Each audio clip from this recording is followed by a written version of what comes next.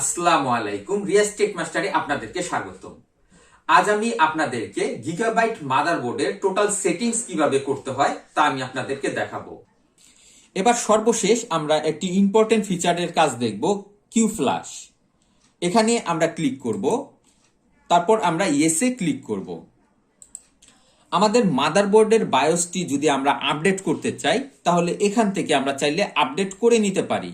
আমাদের এই মাদারবোর্ডের বায়োসের যদি কোনো আপডেট চলে আসে তাহলে আমরা সেই আপডেটটি ডাউনলোড করব ইন্টারনেট থেকে। ডাউনলোড করার পরে সেটাকে আমরা একটি পেন ড্রাইভে লোড করব। লোড করার পর এখানে আমরা আপডেট বায়োস ফ্রম ডিভাইস, এখানে আমরা ডাবল ক্লিক করব। তারপর এখানে আমরা দুইটা অপশন দেখতে পাচ্ছি, ইউএসবি ডিস্ক, তারপর নিচে আমরা দেখতে পাচ্ছি আমাদের যেই কম্পিউটারে যেই হার্ড ডিস্কটি লাগানো আছে সেই হার্ড ডিস্কটি। তো আমাদের পেন ড্রাইভ থেকে সেই আপডেট অপশনটি আমরা সিলেক্ট করতে পারি এখান থেকে।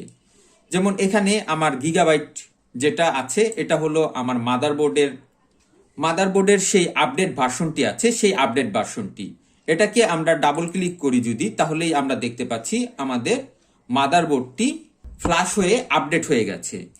এবার আমি যদি এখানে ইয়েসে ক্লিক করি তাহলে আমার এই কম্পিউটারটি রিস্টার্ট হয়ে আমার মাদারবোর্ডটি আপডেট হয়ে যাবে। আর যদি আমি এখানে নোতে ক্লিক করি তাহলে আমার মাদারবোর্ডটি আপডেট হবে না। এখান থেকে বের হওয়ার জন্য আমরা কিবোর্ডের স্কিপ বাটন চাপবো। এর পরবর্তীতে আমরা দেখতে পাচ্ছি সেভ বায়োস টু ড্রাইভ।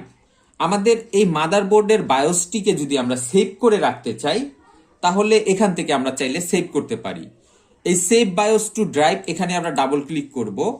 এবার আমরা কোথায় সেভ করব, যদি আমরা পেন ড্রাইভে সেভ করতে চাই তাহলে এখান থেকে আমরা পেন ড্রাইভটি সিলেক্ট করে দিব।